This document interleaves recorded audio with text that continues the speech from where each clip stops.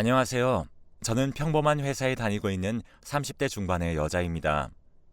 다름이 아니라 어이없는 남친과 그 부모님 때문에 이렇게 글을 적습니다. 제 남친은 저와 동갑인데 서로를 결혼 상대로 생각하고 있다고 생각했어요. 아, 그 전에 남친은 아직 무직입니다. 계속 공무원 7급 준비를 하고 있는데 좀처럼 붙질 않네요. 아무튼 저희는 대학에서 동기로 처음 만났고 그때 서로의 학점은 비슷했어요. 늘 남친은 저보다 자기가 더 학점이 높다고 자부하지만요. 어쨌든 남친이 군대에 가 있는 동안 저는 정말 열심히 취직 준비를 했답니다. 제 눈만큼 높은 회사는 아니더라도 일단 돈을 벌고 생활비 문제에 많이 부딪혔기 때문에 저는 무엇보다 취직이 우선이었거든요. 그래서 그 어렵다는 취직에 결국 성공했죠. 졸업하자마자 취직해 어느덧 회사 생활을 한 지 10년이나 흘렀네요. 그동안 남친은 눈을 낮추지 못했는데 계속 제 회사를 험담하고 결국 오랜 시간 동안 취직을 하지 못했습니다. 남친이 대학을 졸업하고 몇 년은 부모님 집에서 얹혀 살다가 부모님들께서 답답하셨는지 독립을 시키셨어요. 그래서 저는 알바 한번 하지 않는 남친을 데리고 거의 5년을 같이 살고 있습니다. 그동안 생활비는 당연히 제가 냈고 갖고 싶은 거, 먹고 싶은 거 전부 부족하지 않게 해줬어요. 그리고 무엇보다 남자친구 기를 죽일까 항상 응원해줬고 예민한 시기에도 제가 많이 받아줬습니다. 저는 이제 더 좋은 회사로 스카우트 제의를 받아 이직을 준비하는 중인데 그런 저를 보고 남친은 질투를 했습니다. 말로 하지는 않지만 대기업도 아닌데 무슨 이직이냐며 매일 구박을 하네요. 어느덧 나이도 30 중반인데 저는 그와 결혼을 생각 중이지만 아무래도 남친은 모아둔 돈이 한 푼도 없으니 결혼은 꿈도 못 꾸죠. 그럼 공부를 열심히 해서 공무원 시험에 붙으면 좋겠지만 매일 핸드폰만 쳐다보고 제게 돈을 받아 PC방을 가거나 그리고 친구들과 술을 마시러 다닙니다. 정말 일주일에 한 번 책상에 엉덩이를 붙일까 말까 해요. 가끔은 제가 엄마도 아닌데 이렇게까지 해야 하나 싶은 생각이 들다가도 오래 만난 정 때문인지 이렇게 저렇게 살고 있네요. 그래도 항상 공무원에 붙으면 제게 주고 싶은 것을 전부 해주겠다는 이쁜 말을 하고 미워도 미워할 수 없는 남친입니다. 그러다 어느 날부터는 너무너무 예민하게 구는 겁니다. 저는 무슨 일이 있었냐고 물어보기도 하고 시험이 가까워져서 그런가 생각이 들기도 했지만 제가 무슨 감정 쓰레기통이 된 것처럼 저를 무시하더라고요. 저는 회사에서 힘들게 일해서 집에 돌아오면 남자친구한테 청소는 물론 빨래도 바라지 않습니다. 그치만 자기가 먹은 설거지 정도는 할 수 있는 거 아닌가요? 아침 저녁으로 먹은 설거지들이 쌓여 있고 집도 엉망진창이에요. 저는 힘들게 집으로 와서 또 한 번 집안일을 하죠. 그리고 밥을 차리고 함께 밥을 먹고 또 제가 설거지를 합니다. 그래요. 그럴 수도 있다고 치고 100번 양보할 수는 있습니다. 그런데 최근에 남자친구가 밖에 나가는 날이 잦아지기 시작했는데 저는 공부해야 될 사람이 매일같이 나가고 제 돈을 받아가고 하는 모습들이 되게 미웠어요. 그래서 나가지 말라고 말해봤지만 저는 되려 욕만 먹었습니다. 계속 돈을 받아가는 횟수와 액수도 점점 늘어났고 저는 이상하다고 생각했어요. 그리고 하다못해 제 명품 가방이나 화장품들도 하나씩 없어지는 걸 느꼈습니다. 저는 남친이 제 물건을 팔아서 놀러 다닌다고 확신을 했고 결국 남친에게 물어보니 모르는 일이라며 모른 척 시치미를 뚝 떼더라고요. 그래서 저는 일을 갈다 점심시간에 한번 집에 몰래 왔던 적이 있었습니다. 그런데 정말 충격적인 모습을 보고 말았어요. 문을 벌컥 열었는데 후다닥 뭔가 화장실로 지나갔고 남자친구가 누워있는 침대를 바라보니까 여자 옷과 남친의 옷들 그리고 이불 속에 있는 남친도 옷을 안 입고 있는 겁니다. 정말 이게 무슨 상황인가 싶어서 벙쪄 있었죠. 어떻게 내 집에서 이런 짓을 할 수 있는지 정말 소름이 돋고 야만적이라고 생각했어요. 오히려 남친은 제게 왜 말도 없이 집에 오냐고 화내고 소리를 질러댔고 저는 내가 내 집에 마음대로 오지도 못하냐고 같이 화를 낸 후 화장실로 가 문을 두드렸습니다.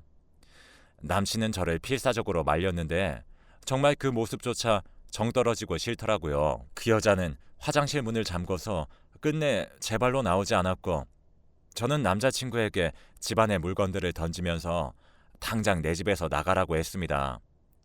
남자친구는 그제서야 울먹이며 제게 빌더군요. 제가 자기를 무시하는 것 같아서 너무 힘들다 보니 오늘 딱 한 번 실수한 거라고 했습니다.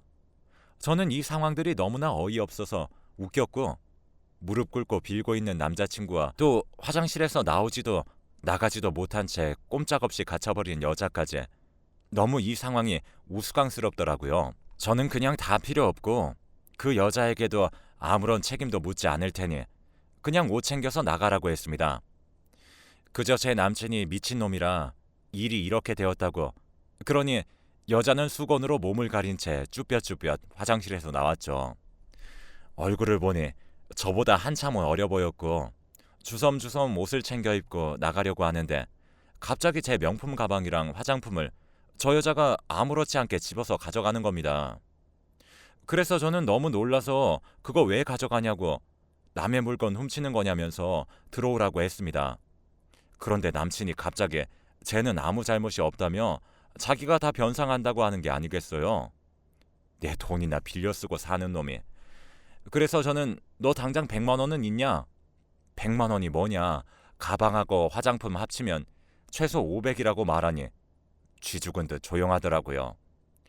그래서 여자애한테 이때까지 없어진 화장품이랑 명품들 다시 다 갖다 놓으라고 했습니다. 그러니 질질 울면서 죄송하다고 지금 이거 말고는 전부 팔아버렸답니다. 제 남친이 선물로 준 거라 정말로 제 거인 줄 몰랐다네요. 정말 미치고 팔짝 뛸 상황이었어요. 방금 전까지 서로 좋다고 침대에 있던 인간들이 서로를 탓하면서 싸우는 꼴을 보고 있는데 너무 한심하더라고요. 남자친구한테 제 통장으로 500만 원 보내고 다시는 보지 말자고 했습니다. 그런데 자기가 가진 돈이 500만 원이 없다고 하는데 당연한 이야기였어요. 그러자 남친은 제게 우리 결혼할 사이 아니었냐며 어처구니 없는 이야기를 하기 시작하였죠. 저는 어이가 없어서 그냥 여자는 꺼지라고 했습니다. 여자가 간 후 남친은 제게 울며 불며 미안하다면서 돈이야 부모님께 말해서 어떻게든 변상할 수 있지만 저랑은 죽어도 헤어질 수가 없다고 하더라고요. 이제 곧 결혼을 할 사이인데 어떻게 이렇게 쉽게 헤어지냐며 정말 실수였고 한 번만 봐달라고 하더라고요. 그 말을 제가 믿어야 하는 상황입니까?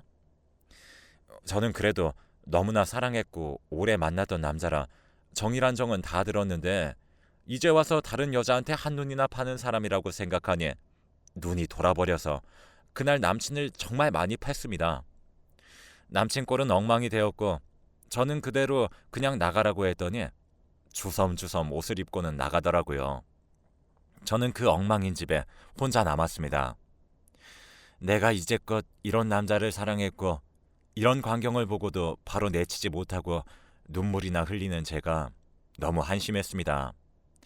그렇게 한참이 흘러 밤에 남친 부모님께 연락이 오시더라고요. 아무래도 거머리 같은 아들 어떻게든 지금까지 먹여 살린 것도 저니까 제게 사과를 하려고 연락한 줄 알았어요. 그래서 전화를 받았더니 다짜고짜 제게 소리를 치면서 자기 아들 얼굴이 이게 뭐냐며 소리를 지르는 게 아니겠어요. 나 참 진짜 엄마나 아들이나 쌍으로 사고방식이 이상하네요. 저는 무슨 상황인지는 알고 저한테 그렇게 소리를 지르시는 거냐고 따져 물었는데 남자가 한 번쯤은 그럴 수도 있다고 다 그렇게 사는 건데 어떻게 아들을 이렇게 팰 수 있냐고 따지더라고요. 옆에서 남친은 엄마 그만해 이러면서 말리는 목소리가 들렸고요. 어이가 없어서 금전적으로 피해 보상을 하거나 남친을 용서하면 어머니도 용서하신다며 이상한 소리를 아주 당당하게 하더라고요. 그래서 저는 제 명품 가방과 화장품도 저놈이 다 다른 여자 줘버렸다고 말했고 피해 보상금도 그것보다는 적을 거라고 그냥 퉁치고 똥 밟았다 생각할 거니까 다시는 보지 말자고 말했습니다. 그러고 전화를 일방적으로 끊고 나서 미친 듯이 전화벨이 울렸지만 받지 않았어요. 그래도 그렇게 시원하게 말을 하니 후련했습니다. 정이 다 떨어져 혼자 있어도 쓸쓸하지 않았어요. 그대로 저는 남친의 짐을 싸기 시작했어요. 공무원 문제집들도 전부 거의 새 거더라고요. 쳐다보지도 않았나 봐요. 다 제가 사준 것들이지만 꼴도 보기 싫으니 바로 택배로 보낸 후 그날은 후련하게 맥주 한잔하고 잠에 들었네요. 그런데 문제는 지금부터입니다. 얼마 전까지만 해도 저한테 화를 내시던 남친의 어머니가 저를 찾아와서는 반찬을 주시더라고요. 저는 갑자기 돌변한 어머니의 태도에 당황스러워서 필요 없다고 했지만 계속해서 저희 집에 찾아와 저를 힘들게 했습니다. 그래서 제가 제발 집에 찾아오지 말라고 집 앞 카페에서 만나자고 어머니께 말한 뒤에 카페에 나갔는데 남친이 서 있었어요. 카페 안에 들어가지도 않고 밖에 서서 기다리고 있더라고요. 그때 카페에서 남친의 어머니가 나와서 남친 옆에 섰고 어릴 적 아이가 사고치고 부모가 사건을 덮으려 노력하는 모습처럼 남친 어머니께서 남친을 툭툭 치더라고요. 그러더니 입을 떼서 하는 말이 미안해도 아니고 용서해줘도 아니었습니다. 우리 결혼할 거였으니 집은 내가 해올 테니까 우리 처음부터 다시 시작하자. 어이가 너무 없었습니다. 근데 그 꼴이 너무 웃겨서 너 집 없잖아 라고 하니 어머니가 또 한 번 남친을 툭 칩니다. 그러니 남친이 왜? 우리 엄마 집 있잖아. 거기서 엄마가 같이 살게 해준대. 나중에 우리 결혼하면 준대. 그러더라고요. 그래서 그럼 그 집에 우리가 살고 어머니가 밖에 나가서 살면서 고생하시면 좋겠니? 라며 제가 물었습니다. 그러니 어머니가 버럭 화를 내시면서 자기가 나가기는 왜 나가냐며 같이 살 거라는데 정말 엄마랑 아들 둘 다 쌍으로 머리가 어떻게 된 줄 알았습니다. 원래부터 좀 이상하다고 생각은 했지만 이 정도일 줄은 상상도 못했거든요. 결혼 전에 남친이 바람을 펴서 다행이라고 생각했죠. 그래서 저는 너랑 결혼은 꿈에도 없고 제발 찾아오지 말라고 똑똑히 말했습니다. 그러니 어머니가 당연히 참으실 분이 아니죠. 이 정도 했으면 충분히 했지 않냐. 아들이 요새 밥도 안 먹고 잠꼬대도 제 이름만 그렇게 부른다고 그냥 눈 딱 한 번 감고 용서하고 같이 살아 라고 하였죠. 정말 도대체 이 굴레를 어떻게 벗어날 수 있을까요? 그런 거 있잖아요. 말이 안 통해서 계속 같은 이야기만 반복하게 되는 거. 그래서 요새 이직 때문에 피곤하고 이렇게 말장난할 시간도 없다고 얘기한 후 앞으로 집에 찾아오지 말라는 말을 하고는 도망치듯 자리를 떴습니다. 그래요. 저 아니면 누가 남친을 걷어주겠어요. 어머니는 그렇게 생각하면서 저를 붙잡으시려고 하시는 거겠죠. 그 이후로 이상하게도 잠잠했습니다. 저도 그렇게 회사를 이직했고 그 김에 그 찝찝했던 원래 살던 그 집에서도 이사를 했습니다. 남친은 매일 연락이 와서는 어디 있냐고 제게 물었고 저는 답장하지도 않았는데도 정말 끈질겼어요. 그렇게 연락도 점점 뜸해지고 저도 새롭게 인생을 살다가 회사에서 서로 관심을 가지게 된 선배가 생겼고 그렇게 저희 둘의 사이는 점점 발전했습니다. 사귀는 사이는 아니었지만 행복했어요. 이런 게 연애인가 라는 생각이 들기도 했고 저에게 너무나도 잘해주는 선배 덕분에 그 전 남친은 꿈에도 까먹은 채 살고 있었는데 예전에 해외 배송시켰던 물건이 이전 집으로 배달이 됐다는 사실을 알고 선배의 차를 탄 후 예전에 살던 동네로 갔습니다. 그런데 거기서 딱 전 남친과 마주한 게 아니겠어요.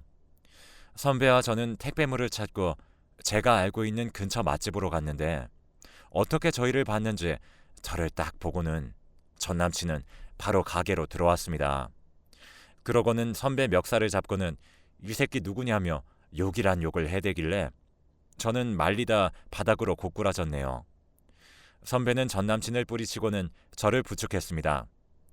전 남친은 혼자 분에 못 이겨 어딜 손대냐며 씩씩거렸고 이 나이에 이런 일이 생긴 게 너무 부끄럽고 한심했고 그 뒤로 전 남친은 네가 날 버리니까 일단 삼류랑 만나고 있지 라고 소리를 지르더라고요. 그렇게 손님들과 사장님 모두 저희를 말렸고 선배에게 이런 모습을 보인 게 너무 창피했습니다. 그리고 이런 놈을 뭐가 좋다고 만난 제가 너무 미웠고 선배의 차에 타고 집에 데려다 주는 길에 선배가 무슨 일이냐 묻자 저는 예전에 있었던 일들을 얘기했습니다. 분명 전 남친에게 미련이 남은 것은 아니었는데 눈물을 흘리면서 말하니 선배는 저를 살며시 안아주고 앞으로는 그런 일 생기지 않게 해주겠다고 제게 사귀자고 고백을 했습니다. 정말 믿을 수가 없었어요. 이런 제 모습을 보고도 제게 고백을 하는 선배에게 한 번 더 감동받았습니다. 저는 그렇게 집에 도착했고 선배도 저를 태워다 주고는 집으로 갔습니다. 정말 오늘 식당에 있었던 일은 생각도 나지 않고 심장이 두근거리기만 했네요. 그런데 그때 누가 저희 집 초인종을 누르는 겁니다. 저는 혹시나 선배가 제게 할 말이 남았는 줄 알고 문을 살며시 열었습니다. 그런데 전 남친이 문 앞에 서 있었고 제가 소리를 지를 새도 없이 전 남친은 저를 밀치고 집 안으로 밀고 들어왔어요. 저는 나가라고 경찰에 신고하겠다고 말했고 전 남친은 바로 무릎을 꿇고는 자기가 정말 잘못했다며 정말 많이 뉘우쳤고 다시는 저에게 무례하게 굴지 않겠다고 용서를 빌더라고요. 시간이 지나서 그런지 그 모습이 괜히 측은해 보이더라고요. 자기는 정말로 제가 없으면 안 된다며 정말 힘들어서 죽어버릴 것 같다고 울었습니다. 그때 이상하게도 선배 생각이 나지 않고 전 남친이 너무 불쌍해 보이는 거예요. 정말로 그날 하루의 실수였을까 생각이 들며 저도 너무 속상해서 소리내며 엉엉 울었습니다. 그렇다고 해서 전 남친을 받아준 건 아니었습니다. 일단 달래서 집으로 보냈고 이런 마음으로 선배와 만남을 이어가는 것은 아니라고 생각이 들어 선배에게 미안하지만 만나지 못할 것 같다고 말했죠. 저도 이제 정말 결혼할 나이라 이런 시기를 보내는 게 말도 안 됐지만 제게 확신이 없어서 그렇게 할 수밖에 없었어요. 그리고 다음날 전 남친과 감정적이지 않은 상태로 다시 한번 이야기를 해야 될 것 같아서 독서실 근처의 카페에서 기다리고 있었습니다. 그런데 제 자취방에서 본 여자애와 손을 잡고 걸어 나오더라고요. 그걸 보고 이놈은 진짜 미친놈이구나 라고 생각하며 이런 놈을 용서해볼까 생각한 제 자신이 너무 한심하더라고요. 저는 바로 나와 제 집으로 향했고 그날 저녁 전 남친은 다시 저희 집 앞으로 찾아오길래 저는 전에 그 여자애와 그런 사이인 거 다 봤으니까 이제 제발 매달리지 말고 너 하고 싶은 대로 살라고 소리쳤습니다. 분명 저를 찾아가라 시킨 것도 어머니가 시킨 짓일 테니까요. 전 남친은 처음에는 아니라고 하더니 자기는 직업도 없고 돈도 없는데 점점 능력이 있어지고 돈 있는 제가 부러웠다네요. 그리고 자기와 비슷하지만 자기를 인정해주는 그 어린 여자애가 좋았다고 합니다. 저는 전 남친에게 다시는 나 찾아오지도 말고 마음에도 없는 소리하러 어머니 등 떠밀려서 오지도 말라고 단호하게 말했습니다. 그렇게 전 남친을 보내고 나서 저는 혼자 남아 곰곰이 생각해 보았는데 저런 놈도 제가 싫어서 떠나는데 저를 만나줄 사람이 있을지 결혼할 시기는 점점 멀어지는데 저는 이 정도 여자인 것 같아서 엉엉 울었네요. 혼자서 엄청나게 울고 있는데 같은 동네에 살던 선배가 우연히 저희 집으로 온 겁니다. 저는 깜짝 놀라 울음을 그쳤고 무슨 일이 있었냐고 따뜻하게 물어주는 선배에게 너무 미안하고 제 스스로가 바보 같다고 생각했어요. 저는 제가 했던 생각들을 이야기했습니다. 선배는 조용히 듣고 있다가 그럼 너 지금 만나는 사람 없는 거네? 그럼 내가 옆에 있을게. 딱 이렇게만 말해주었어요. 이렇게 바보 같은 짓이나 하는 저를 좋아해 주다니 믿을 수가 없었습니다. 다들 읽으며 눈치채셨겠지만 저는 현재 이 선배와 결혼해서 잘 살고 있습니다. 이 선배를 만나기까지 우여곡절이 많았지만 이렇게 좋은 남자를 만나기 위해 지금까지 고생한 것 같네요. 지금 저는 정말 행복하답니다. 전 남친은 어떻게 사는지 모르겠지만 가끔 새벽에 보고 싶다는 문자가 오는데 선배는 그 문자를 보고는 혼쭐 내준다고 하지만 저는 그냥 차단하고 무시하기로 했어요. 허튼 짓 할 수 없을 정도로 지금 남편이랑 항상 붙어 있으니 안전하답니다. 긴 글 읽어주셔서 감사하고 저처럼 고난 뒤에 행복이 기다리고 있으면 좋겠네요.